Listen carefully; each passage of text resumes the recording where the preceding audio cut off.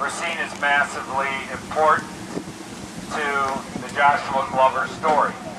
About 4 miles from here is where he was abducted by federal marshals on the night of March 11th in 1852. He was then transported up to Milwaukee during the night and was put in the county jail there. Word spread amongst the abolitionists that a runaway slave had been seized. Well, there was works behind the scenes with the local authorities there trying to get him released or to intervene. They had no success with that whatsoever. The lesser magistrates were not going to stand there in the city of Milwaukee. Sherman Booth, who ran a newspaper, he actually printed up flyers, rode his horse up and down Water Street in Milwaukee, and was crying out to people, "A man's liberty is at stake.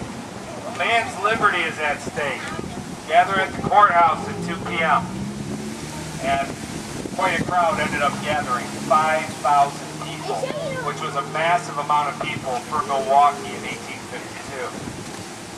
They broke him out of jail, and on Thursday we'll be marching along his escape route and marching along right where Sherman Booth rode his horse, like Paul Revere of old, calling people to action. When he made it out of jail, he was taken to Walker's Point, put in a carriage, taken to Waukesha, and he eventually made it all the way back down here to Racine. It took almost 2 weeks. He spent the last 2 nights over where I showed you at Marquette and Liberty, hidden by a minister named Martin Kinney. And he was put in a boat down here, right down here in the port of Racine, and he made it to Canada, where he died of old age 20-some years later. That's the history of Joshua Glover. Well, the feds, they were mad because the slave got away, so they couldn't get the slave anymore who made it to Canada, so they wanted to get somebody, so they went after Sherman Booth as a ringleader. And he had him arrested and charged under the Federal Fugitive Slave Act. Long, drawn-out story of the play that took place from there. He was bailed out of jail, had his hearing, and in the midst of it all, the Wisconsin Supreme Court interposed on behalf of Sherman Booth and refused to comply with the U.S. Supreme Court, and our Wisconsin legislature also interposed, and they declared the Federal Fugitive Slave Act to be of no force, null and void. So that was a good thing. And what we're doing, as I told the reporter, is we're calling upon our legislature to do the right thing again, 150 years later, on behalf of the Preborn, to interpose as lesser magistrates against the federal government that has imposed brutal murder upon helpless, innocent people. And that's what this whole tour is about, to get that thinking out to people's minds and into people's hearts.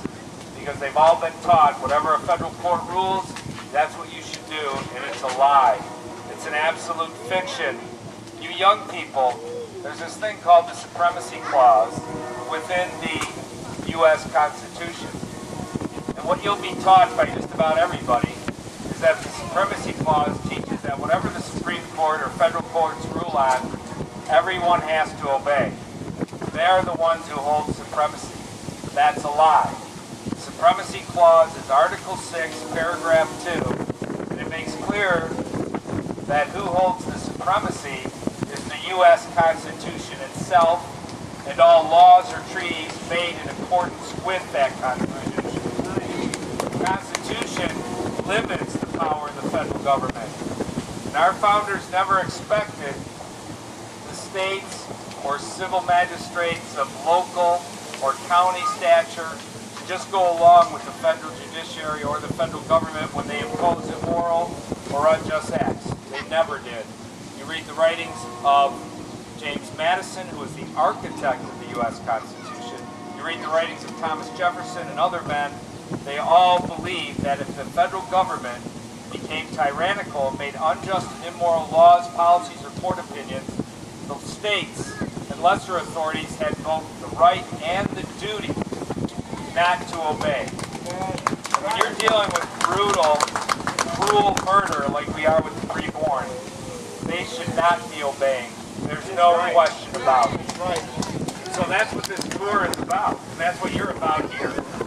And we have a lot of work to do because most Americans have no idea. What we're praying for is a heaven-sent revival, that God once again would pour His Spirit upon America, that He would convict us of sin, of righteousness, and judgment. Our nation is in trouble.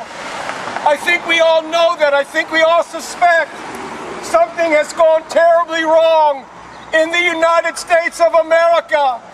And what we have become, quite honestly, is a prodigal nation. At one time, we knew the blessing of God. At one time, we knew the protection of God. We knew the provision of God. But we have gone a long way from the Father's house. And I'm praying that soon and very soon that we would come to our collective minds and come back to our senses and realize it's time to go back home. It's time to come back to the Father's house. Folks, I don't know if you have children or grandchildren, but if you do, it's important that we secure a future and a hope. And right now, our future stands in jeopardy. We're in trouble.